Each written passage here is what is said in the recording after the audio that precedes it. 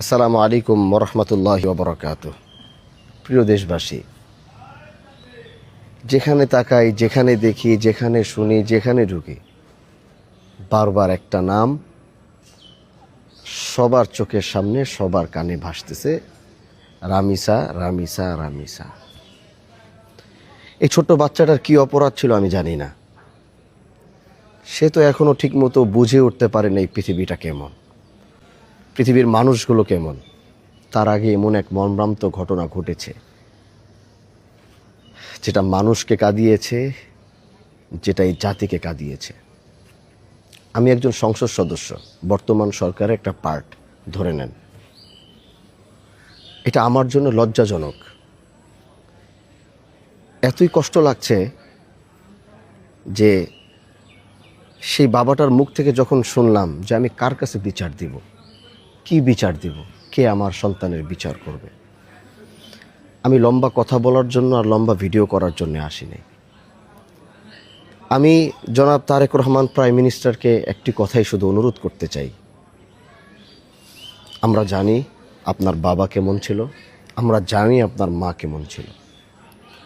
সেই রক্ত আপনার ভিতরে আছে, এটা গোটা বাংলাদেশের মানুষ স্বীকার করে। আপনি পারবেন। আপনি বাংলাদেশে একটা নজির স্থাপন করে দেখান।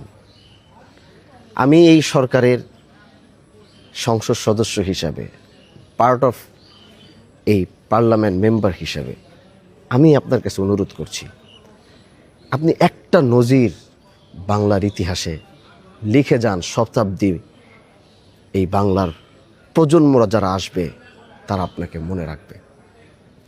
আজও পর্যন্ত একটা ধর্ষকের বিচার বাংলাদেশে হয়নি, তাই বলে তো ধর্ষণ হচ্ছে। আইনের ফাঁক ফোকর দিয়ে প্রত্যেকটা ধর্ষক বেঁচে যাচ্ছে।